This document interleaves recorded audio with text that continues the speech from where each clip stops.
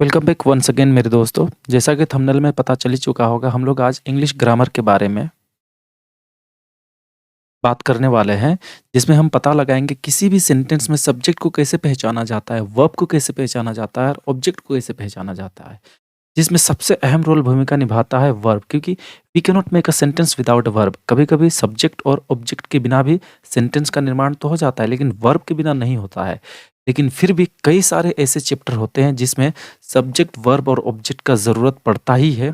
खास तौर से अगर हम लोग बात करेंगे वॉइस चेंज का, तो वॉइस चेंज में सब्जेक्ट, वर्ब और ऑब्जेक्ट को आइडेंटिफाई करना अति आवश्यक होता है।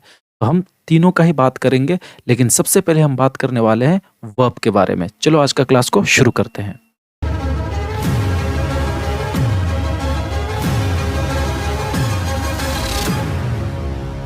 तो देखो, सब्जेक्ट, वर्ब और ऑब्जेक्ट, इसमें हम बात करेंगे आज वर्ब के बारे में। वर्ब क्या होता है? तो देखो, वर्ब को हिंदी में क्रिया या काम कहते हैं। अगर मैं अपने हिसाब से अगर एक डेफिनेशन बनाऊं तो कुछ भी करना वर्ब है। ठीक है, कुछ भी करना या होना वर्ब कहलाता है।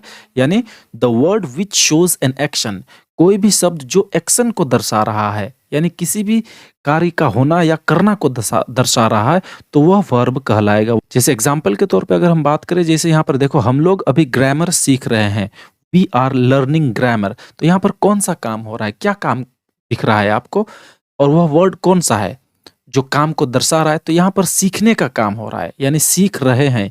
ठीक, और यह वर्ड है लर्निंग। ये लर्निंग ही दिखा रहा है काम को, सीखने का काम को। यानी कि इस सेंटेंस में हमारा जो वर्ब हुआ वह लर्निंग हुआ। एक आध और एग्जांपल लेते हैं, जैसे पृथ्वी सूर्य की परिक्रमा करती है, the earth revolves around the sun. अब यहाँ कौन सा काम है? यहाँ है परिक्रमा करना, यह काम हो रहा है, और इंग्लिश में रिवॉल्व्स। तो यही हुआ हमारा वर्ब इस वाक्य में। उसी तरह से मैंने अपना परीक्षा पास कर लिया है, आई पास्ड माई एग्जामिनेशन। यहाँ कौन सा काम हो रहा है? पास करने का, और शब्द है उसका पास्ट। ये सारे अंडरलाइन पार्ट जो हैं, दीज आर ऑल वर्ब्स। यही है वर्ब, क्योंकि ये कोई ना कोई काम को दर्शा रहा है। अभी हम बात करेंगे फॉर्म्स ऑफ वर्ब के बारे में। देखो, कई सारे बुक्स में आपको 3 फॉर्म्स मिलेंगे वर्ब के, जिसको प्रेजेंट टेंस, पास्ट टेंस और पास्ट पार्टिसिपल के नाम से जाना जाता है, जिसको हम लोग वर्ब का फर्स्ट फॉर्म, सेकंड फॉर्म और थर्ड फॉर्म भी कहेंगे। लेकिन मैं आप लोगों को एक और वर्ब का फॉर्म के बारे में बात करूंगा, जिसका नाम है प्रेजेंट पार्टिसिपल, जिसको हम लोग V4 यानी वर्ब का चौथा रूप के बारे में जानेंगे। अगर हम लोग यहाँ पर देखेंगे फर्स्ट वाला सेंटेंस में, तो यहाँ पर जो लर्निंग है ना, ING किस टाइप का वर्ब है? तो ये दरअसल है प्रेजेंट पार्टिसिपल वर्ब का चौथा फॉर्म।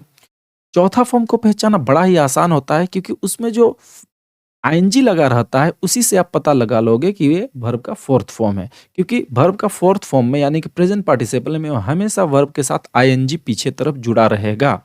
तो अगर ये लर्निंग वर्ब का फोर्थ फॉर्म है, तो इसका फर्स्ट फॉर्म क्या रहा होगा? लर्न। सेकंड फॉर्म लर्नड या फिर लर्नेड भी बोलेंगे, और थर्ड फॉर्म पास्ट पार्टिसिपल भी लर्न या लर्नेड। अक्सर और बेशतर V2 और V3 सेम ही होता है, लेकिन सारे वर्ब में ऐसा नहीं। अगर हम दूसरे सेंटेंस में बात करें, तो रिवॉल्व, यहाँ जो वर्ड दिख रहा है, यह रिवॉल्व्स कौन सा फॉर्म है? तो यह है वर्ब का फर्स्ट फॉर्म। और यहाँ जो एस लगा है, इस एस लगाने का मतलब है यह वर्ब का फर्स्ट फॉर्म का सिंगुलर पार्ट है। क्लियर?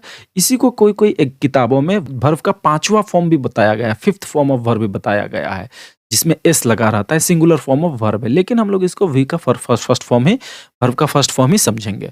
और सेकंड फॉर्म हो जाएगा ईडी लगा के रिवॉल्व्ड, थर्ड फॉर्म में भी रिवॉल्व, और फोर्थ फॉर्म क्या होगा? एग्जैक्टली ING लगाने से, यानी रिवॉल्विंग। करेक्ट। और अगर हम थर्ड सेंटेंस में आएंगे, तो पास्ट, ये वाला वर्ड को देखो, पास्ट यहाँ पर वर्ब था, ये पास्ट कौन सा फॉर्म है? तो ये है वर्ब का सेकंड फॉर्म, यानी पास्ट टेंस। तो फर्स्ट फॉर्म क्या होगा? ईडी हटा देंगे, यानी पास। और थर्ड फॉर्म क्या होगा? पास्ड। और फोर्थ फॉर्म क्या होगा? ये तो बड़ा आसान है, पासिंग, ING लगा देंगे। क्लियर? लेकिन अगर आप लोग यहाँ पर देखोगे, यहाँ पर मुझे कैसे पता चल रहा है कि ये वर्ब का सेकंड फॉर्म ही है? क्योंकि वर्ब का सेकंड फॉर्म भी पास्ट है और थर्ड फॉर्म भी पास्ट है, लेकिन इस वाक्य में मैंने क्या बोला? ये वर्ब का सेकंड फॉर्म है। ऐसा क्यों हो गया? तो देखो, पास्ट फॉर्म, पास्ट टेंस और पास्ट पार्टिसिपल, यानी कि सेकेंड फॉर्म और थर्ड फॉर्म वर्ब का, ये लगभग लगभग कई शब्दों का सेम होता है, कई वर्ब का। जब सेम होगा उस वक्त आपको थोड़ा कन्फ्यूजन होगा कि इसको मैं वर्ब का थर्ड फॉर्म मानूं या सेकंड फॉर्म मानूं। तो मैं बता दूं, वर्ब का थर्ड फॉर्म के आगे तरफ हमेशा कोई ना कोई हेल्पिंग वर्ब यानी ऑक्सिलरी वर्ब जरूर लगा रहेगा। अगर कोई ऑक्सिलरी वर्ब नहीं लगा है और वह सेम दिख रहा है थर्ड फॉर्म की तरह, तो समझ जाओ वो जरूर वर्ब का सेकंड फॉर्म रहा होगा। इस एग्जाम्पल को आप लोग देखो, मैंने अपना परीक्षा पास कर लिया है, I have passed my examination. तो यहाँ पर देखो ये जो वर्ब है ना, ये वर्ब का थर्ड फॉर्म है। क्यों? क्योंकि आगे तरफ यहाँ पर देखो हैव लगा है। ये हैव दरअसल एक ऑक्सिलरी वर्ब है यानी कि हेल्पिंग वर्ब है। इसीलिए हम यहाँ पर इस जगह में, इस वाले सेंटेंस में ये पास्ट वर्ब को थर्ड फॉर्म मानेंगे। अब बात आता है कि ये हेल्पिंग वर्ब क्या है।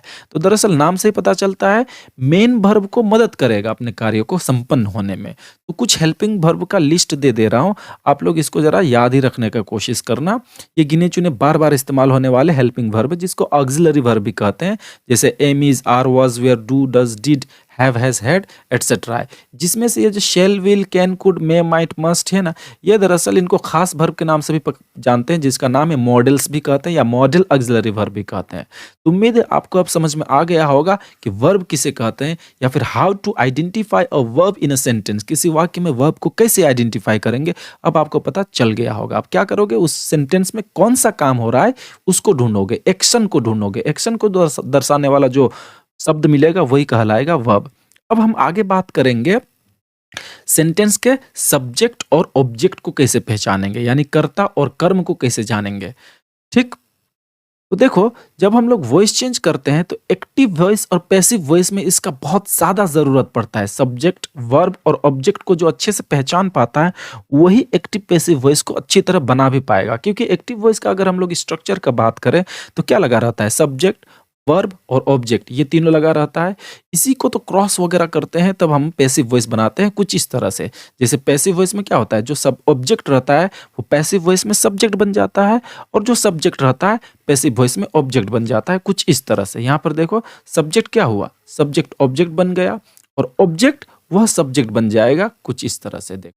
और जो वर्ब मेन वर्ब होगा वो मेन वर्ब हमेशा यहाँ पर वर्ब का थर्ड फॉर्म होगा, कुछ इस तरह से। क्लियर? ये है पैसिव वॉइस का स्ट्रक्चर। और बाय क्यों लग रहा है, मैं जब इसके अगले वाला पार्ट में जो वीडियो लाऊंगा उसमें मैं वॉइस चेंज पर ही फोकस रहेगा, वहां पर बताऊंगा बाय कब लगेगा, हेल्पिंग वर्ब के रूप में कब लगेगा, कौन सा हेल्पिंग वर्ब। फिलहाल हमारा फोकस्ड है सब्जेक्ट, वर्ब और ऑब्जेक्ट को आइडेंटिफाई करना। तो अब हम डिटेल में बात करेंगे कि वर्ब के बारे में तो पता चल चुका, अब सब्जेक्ट किसे कहते हैं, ऑब्जेक्ट किसे कहते हैं, इसके बारे में हम लोग डिटेल में बात करेंगे। ठीक, वर्ब के बारे में तो हम लोगों ने पता कर लिया है। तो देखो इसका जरूरत भी कहाँ पड़ेगा, बार बार बोल रहा हूँ, वॉइस चेंज के टाइम में बहुत ज्यादा जरूरत पड़ेगा इस ज्ञान का, इस क्लास का। इसीलिए आप लोग ध्यान से देखो क्योंकि अगला वीडियो में वॉइस चेंज लाऊंगा। देखो कभी भी आपको अगर सेंटेंस में सब्जेक्ट को पता करना है ना, तो आप ना क्वेश्चन करो, एक WH क्वेश्चन बनाओ। और वो WH कौन सा होगा, या तो हु से या व्हाट से। हु का मतलब कौन या किस से, और व्हाट का मतलब क्या, ये तो मालूम ही है। अब इनसे क्वेश्चन बनाओ। क्वेश्चन करने के बाद में आपको कुछ ना कुछ तो आंसर मिलेगा। जो आंसर वाला वर्ड रहेगा ना वही वर्ड होगा दरअसल सब्जेक्ट। ठीक, उसी तरह से अगर हम लोग बात करें कि ऑब्जेक्ट को कैसे पहचाना जाएगा, तो यहां पर भी आप WH क्वेश्चन बनाओ। हुम से, यहां हु लिखा गया है, यहां पर हुम होगा। ठीक है, हुम से या फिर व्हाट से आप WH क्वेश्चन बनाओ और उसका आंसर आप उसी सेंटेंस में ढूंढो।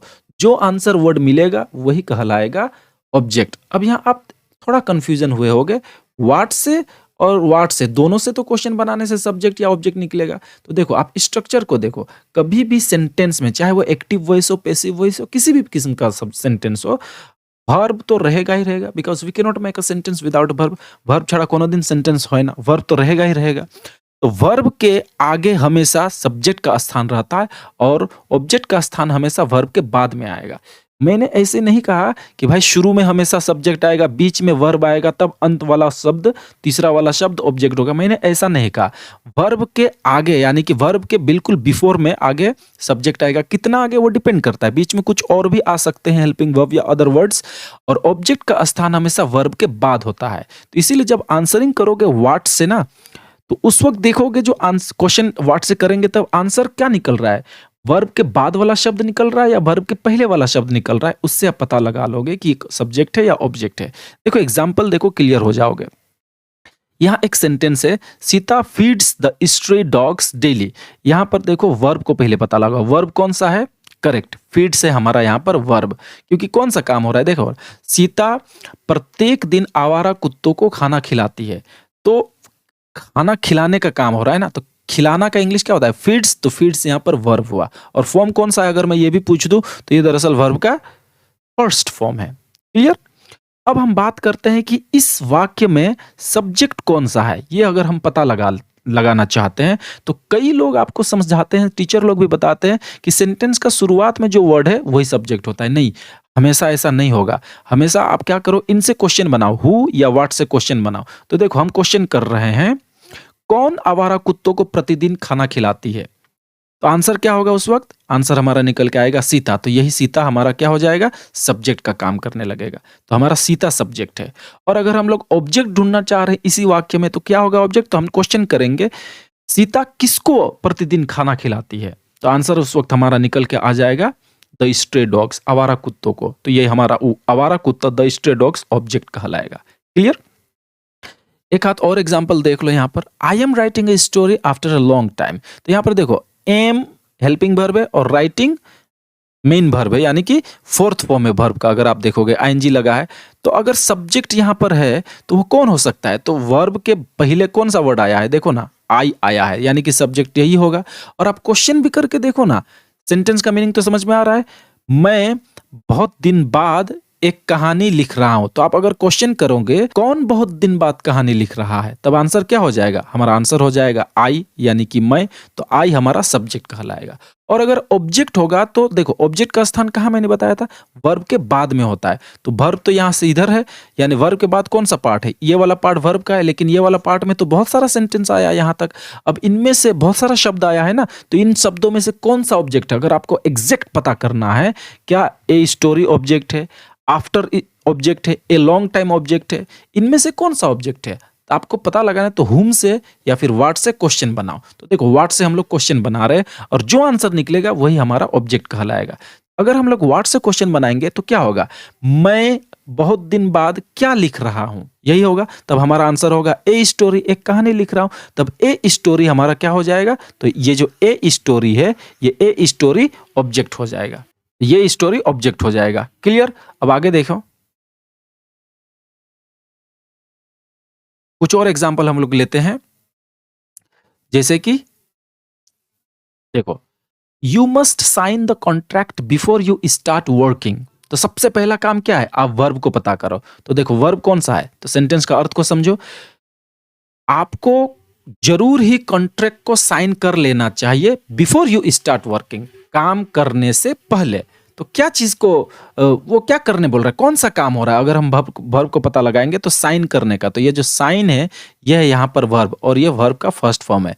और मस्ट एक हेल्पिंग वर्ब जैसा काम कर रहा है, ऑक्सिलरी मॉडल भी है ये। ठीक।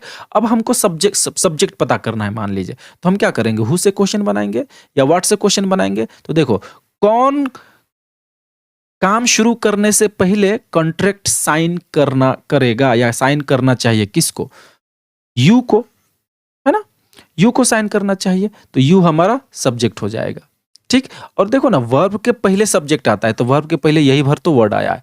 अब यहां से लेकर यहां तक कोई ऑब्जेक्ट होगा, अगर होगा तो जरूरी नहीं कि हमेशा ऑब्जेक्ट मिलेगा। तो अगर ऑब्जेक्ट होगा तो हम क्वेश्चन करेंगे हुम से, यहाँ हम छुटा है हुम से, या फिर व्हाट से क्वेश्चन करेंगे। तो देखो व्हाट से क्वेश्चन किया जा रहा है, यू को साइन करना है बिफोर स्टार्टिंग वर्क। क्या चीज साइन करना है, व्हाट साइन करना है। तो देखो कॉन्ट्रैक्ट को साइन करना है, तो हमारा ये कॉन्ट्रैक्ट पार्ट ये हो जाएगा हमारा ऑब्जेक्ट। एक आध और देख लो आप, you do not sell the stationery shop at this stationery at this shop.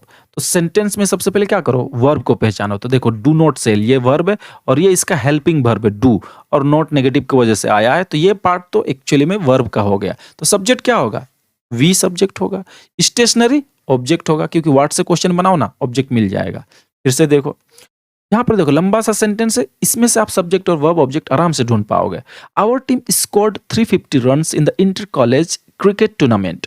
तो वर्ब क्या है ये पता लगाओ। तो देखो वर्ब है स्कोर, ये है वर्ब हमारा, जो वर्ब का सेकंड फॉर्म है। अब सब्जेक्ट क्या होगा, तो देखो पढ़ के देखते हैं, हमारा team inter college cricket tournament में 350 रन बनाया। कौन बनाया 350 रन, तो हमारा टीम बनाया ना, ये हो जाएगा हमारा सब्जेक्ट। क्लियर। और हमारा टीम ने क्या बनाया, तो 350 रन बनाया, तो ये हमारा ऑब्जेक्ट हो जाएगा। बाकी यहां से यहां तक ना बस एक एक्स्ट्रा इंफॉर्मेशन देने के लिए सेंटेंस के साथ ऐड हुआ है। तो इस तरह से आप सब्जेक्ट वर्ब ऑब्जेक्ट को पहचान पाओगे। आगे देख लो, to be a good speaker you need to memorize these speeches. अच्छा एक वक्ता बनने के लिए तुम्हें चाहिए कि इन सभी भाषणों को याद कर लो। हम क्वेश्चन कर रहे हैं कौन या किसने से। एक अच्छा बनने के लिए कौन मेमोराइज करेगा इन स्पीचेस को, तो ऑप्शन क्या होगा, हमारा करेक्ट आंसर क्या निकलेगा, यू को मेमोराइज करना है, तो यू हमारा सब्जेक्ट हो गया। और नीड तो वर्ब का फर्स्ट फॉर्म है। और ऑब्जेक्ट क्या होगा, अच्छा यहां पर एक और चीज जान लीजिए, टू मेमोराइज ये भी वर्ब है, लेकिन ये वर्ब का किसी फॉर्म में नहीं आएगा, ये इन्फिनिटिव विथ टू कहलाएगा, इन्फिनिटिव विथ टू वर्ब है, ठीक। अच्छा ऑब्जेक्ट क्या है, तो ऑब्जेक्ट है दीज स्पीचेस, क्योंकि आप अगर क्वेश्चन करोगे ना व्हाट से, जैसे क्या चीज याद करना चाहिए एक अच्छा स्पीकर बनने के लिए, दीज स्पीचेस, इन भाषणों को, तो आंसर ये निकल जाएगा, तो ये हमारा ऑब्जेक्ट कहलाएगा। क्लियर। अब देखो जो लोग ये समझते हैं कि पहला ही शब्द सब्जेक्ट होता है, तो पहला शब्द तो यहाँ पर तो टू बी आया है या टू आया है, तो ये तो कभी सब्जेक्ट हो ही नहीं सकता है ना। सब्जेक्ट देखो कहाँ बीच में आके घुसा हुआ है।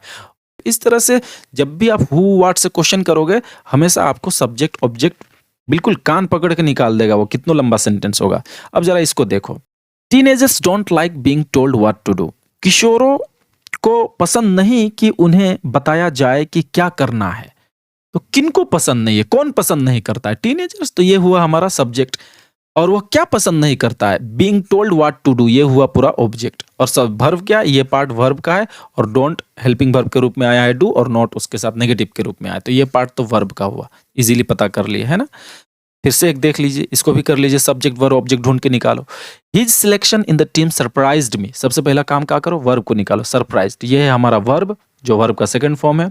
अगर अब जहाँ ऑब्जेक्ट है तो कौन होगा, और सब्जेक्ट है तो कौन सा होगा। तो देखो हम क्वेश्चन करेंगे हु या व्हाट से, तो his selection in the team surprised me, मुझको क्या चीज ने सरप्राइज कर दिया, तो आंसर क्या होगा, उसका सिलेक्शन होना टीम में, यही मुझे सरप्राइज कर दिया। तो ये पूरा पार्ट क्या होगा, सब्जेक्ट का। और किसको सरप्राइज कर दिया, होम से अगर क्वेश्चन बनाएंगे किसको से, तो मी को सरप्राइज कर दिया, ये हमारा ऑब्जेक्ट हो गया। इस तरह से आप लोग इजीली फाइंड आउट कर पाओगे सब्जेक्ट को, वर्ब को और ऑब्जेक्ट को। और जब भी आप लोग वॉइस चेंज करोगे उस वक्त बहुत ज्यादा फवायद होगा, आपको फायदा मिलेगा, तुरंत आप बना पाओगे। ठीक है, तो उम्मीद है आपको समझ में आया होगा वीडियो। ठीक है, take care of yourself. Next part में मैं वॉइस चेंज लाने वाला हूं। Stay tune to my channel. Thank you, bye bye.